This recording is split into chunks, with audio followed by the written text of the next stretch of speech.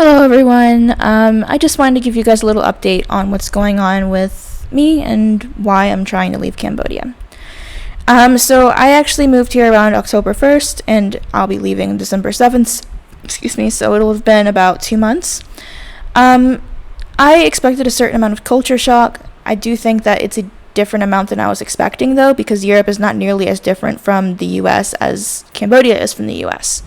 The first tour that I gave of my apartment was the first place that I moved to, but I ended up moving again last month to be closer to work because I'm not exactly in the city center, and ended up moving to a Khmer neighborhood, which is to say there are no expats or foreigners here. It's all locals. I am the only foreigner in this neighborhood, and it's closer to work, so I could walk back during lunch hour, which there's a 2-hour break for lunch, and previously I just had to sit there in the school with no air conditioning until the break was over. Now I could walk home, and it also was just, saving money for I could walk. I didn't have to pay for transportation. Well, the downside of that is I'm unable to communicate with my neighbors.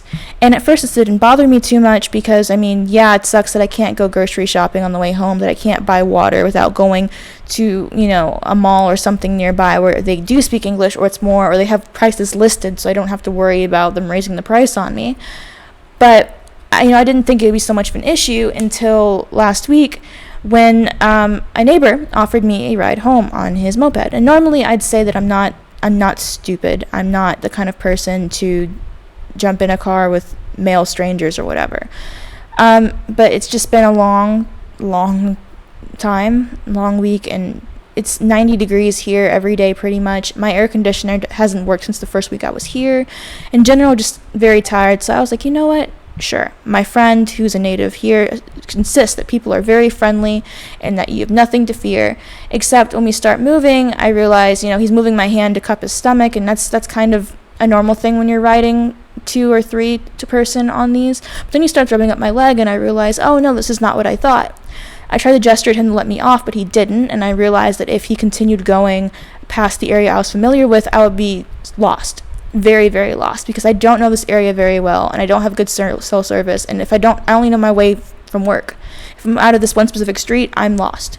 So I was wearing sandals, and I had my computer in a tote bag, and I ended up jumping off of the moped. I landed on my knee. I thankfully didn't break anything, just got bruised up a bit, and I started to walk home, and he kept following me. He started waving a wad of cash at me, was talking to men we passed by. I tried to ask for help, because the normal thing that you do is if there's somebody being creepy or you feel unsafe, you find another woman and you explain the situation and then you pretend to be friends or whatever until he leaves. Well, that only works if there are people who speak your language and understands what help me means. I walked up to someone who was about, high school or college age, and she didn't get what I was saying either. I had to continue slowing down and just saying hello to children and then playing, just hello to neighbors who didn't even know what I was saying anyway. And as I'm doing this, he's saying stuff to these men we pass by, only the men, and eventually he does go off, and I'm eventually able to get back to my house, and I lock all the locks, and I'm just a mess, and all I can think is everybody knows that I live alone here. Everyone knows that I don't speak the language, and if I yelled help, no one would even know what word I was saying, because no one here speaks English. And that really, really freaked me out. And the thing is, I moved here specifically because it's closer to school, but in the past couple weeks, I really started to hate my job. I've worked as a nanny for the past 2 years, and I really do enjoy working with children, but I went from working with one well-behaved child who knows me really well, who I know really well, to being in charge of a class of 30 students.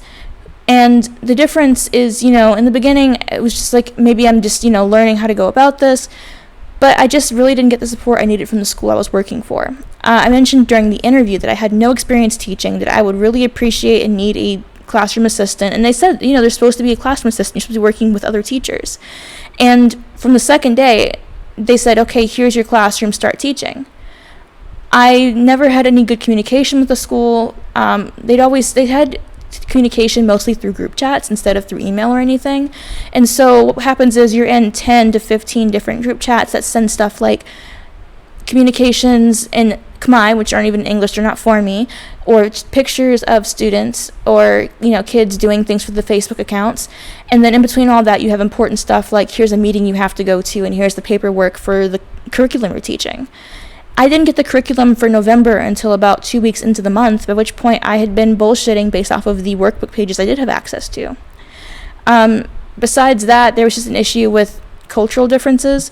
Personally, I think I dress perfectly professional for a teaching job. The thing is, they want me to cover my tattoos, and modest for them means halfway down your shins and up to your neck with collars. It's very, very modest in comparison to what I'm used to, and I just don't have the money for a new wardrobe, and the stuff that I brought didn't really fulfill what they wanted from me.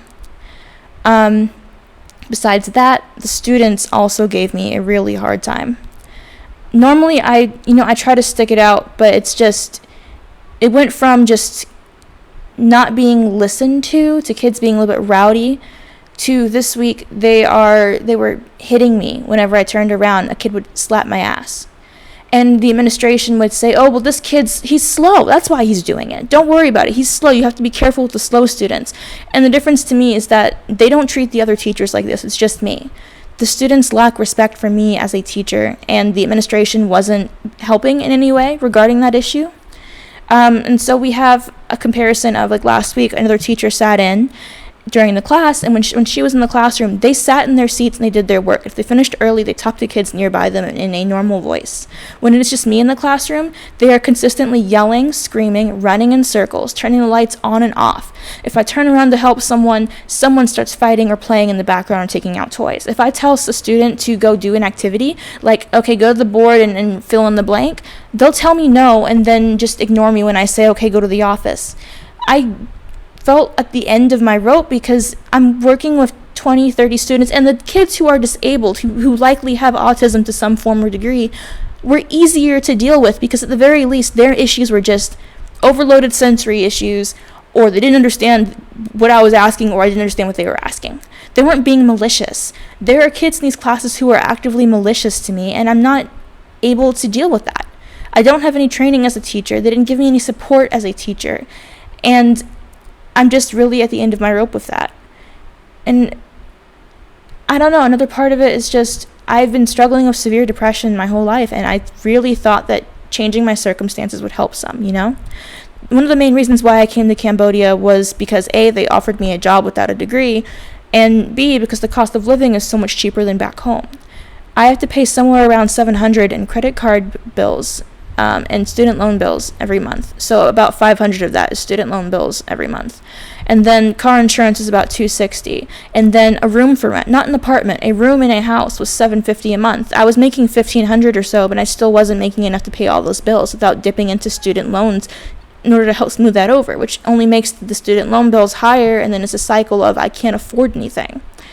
And yeah, I have a whole 2-bedroom house here for $200, but I'm afraid of coming home late. I am afraid of ever being under an influence when I walk through my doors. I walk down the street and dogs start chasing you, trying to bite you if you ever slow down. I'm tired of seeing all the misery here. I know that this is just life for some people, but I don't like seeing the prostitution and the child beggars on the street that you can't help. It makes you feel helpless to see all of this misery and be unable to do anything about it. And then when I asked my parents, if I come home, can I stay with you for a month? Their answer was no.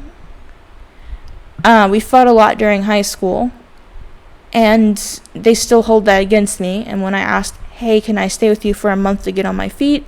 The answer was no.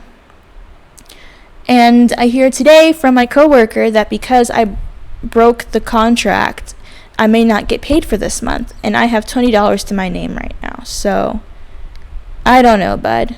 I booked a flight back home using one of those payment plans, and I'll figure it out as I go, I guess. I always do. But, yeah, this was a fun little adventure. I don't regret coming. I just wish that I wish I had a bit more guidance. I feel like every time I did anything like finding housing or starting a job, everyone always asked, well, are you here by yourself? And they looked so shocked when I said that I was. And I think that it's a lot easier to do these big leaps if you have someone else to support you or help out. If you have someone else who you can sit there and whisper to and say, isn't that weird? Isn't that funny? Isn't this horrible? And have them know exactly what you mean. I think that plays a big role in making this an easier thing to get used to. So anyhow, I hope no one is too worried. This is a mess of my own making, and I'll figure it out. But I did want to give just a little update as to what's going on. and why I am leaving Cambodia. In short, I couldn't handle the work demands. I really didn't like my job, and I don't really feel safe in a country where gang rape is considered to be a male bonding activity. So if you have any comments, questions, or concerns, let me know down below, and I'll talk to you guys next time. Bye.